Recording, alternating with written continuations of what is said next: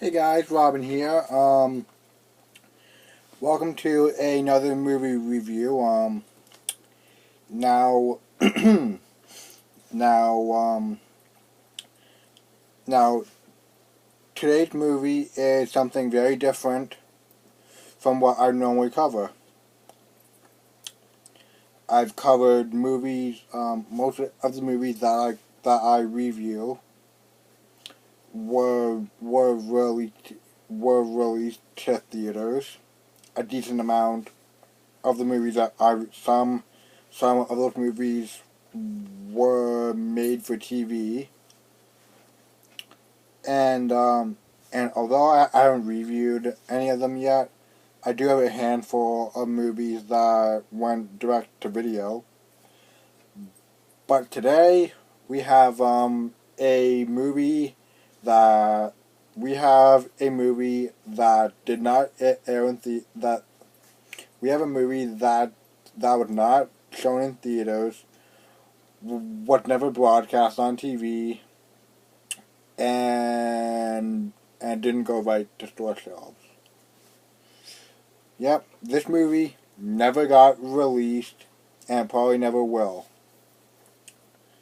But we can hope. Um, now, now, tonight's movie is tonight's movie is the first big screen adaptation of Marvel's first family, the Fantastic Four. Yep. Yeah, I'm holding a bootleg of the Fantastic Four movie from the 90s that never got released. So there's been, including this, there's four theatrical Fantastic Four movies. There's this, which is a cheesy, low budget movie. There's the 2005 version. Also produced by Burn. Who made this one. With I don't really know. I can't remember.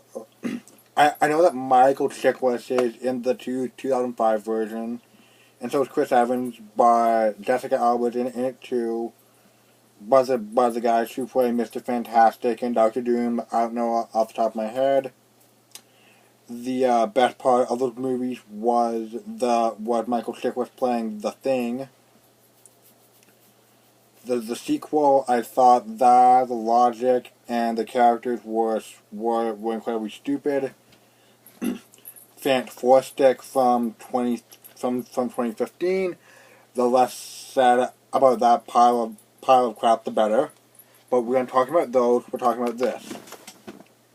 So, in terms of being faithful to the comics, this thing, big honkin' A+. Because, like, this movie is easily the most faithful to the comics. In fact, it's more. In fact, it's an adaptation of the first two Fantastic Four stories, and my hair is going crazy right now. It does not want to stay down. Anyway, so so this movie was directed by Ole Sasson. I don't know how to pronounce it. It was produced by Bernd Eichinger and the King of B movies himself, Roger Corman.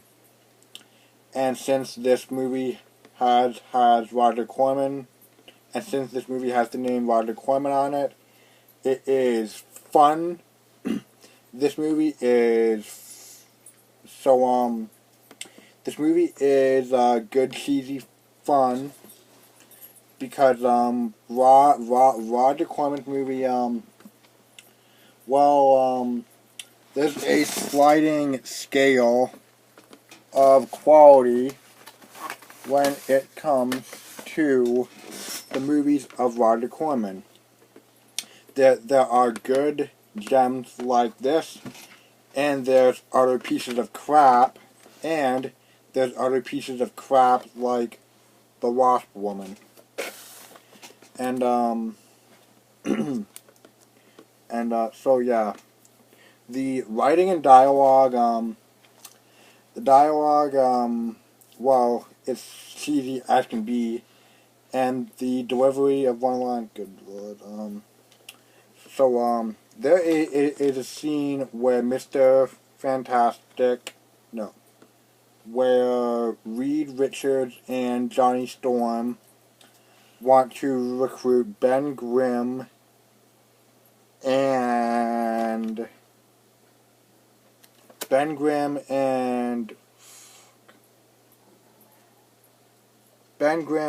Susan Storm into to go to space, and good lord, I mean, first of all, the guy playing Johnny Storm is Jay Underwood, who also played Bug in the John Candy comedy Uncle Buck. And I'm gonna try and I'm gonna say his most ridiculous line. Well, the most ridiculous way he delivered a line. Can Susan and Johnny go to space with us? I mean, it's like he's asking if they want to go get ice cream or something. It's not freaking. Anyway, yeah. So yeah, the writing for a $1 million movie from the mid-90s is okay. The acting is cheesy, hammy, and kind of awkward, but it's awkward in that so bad it's good kind of way. The special effects, whoo boy, the special effects. Well, Mr. Fantastic's, there's a bit in the movie where Mr. Fantastic is stretching his arm to get a needle, and they did it with like 3 or 4 shots. So, and in a lot of the scenes with the special effects, you can really tell this thing didn't have much of a budget. Like even back in '94, $1 million was nothing. To put into perspective, like how cheap that is, like the first Sharknado, it had a budget that was in the lesser seven. The first Sharknado movie had a budget that was in the lesser 7 figures, but I'm pretty sure it was either $3 million or above, and that was back in 2013. So yeah, $1 million back in '94, nothing. No, but anyway, yeah. Anyway, I had a lot of fun watching this movie.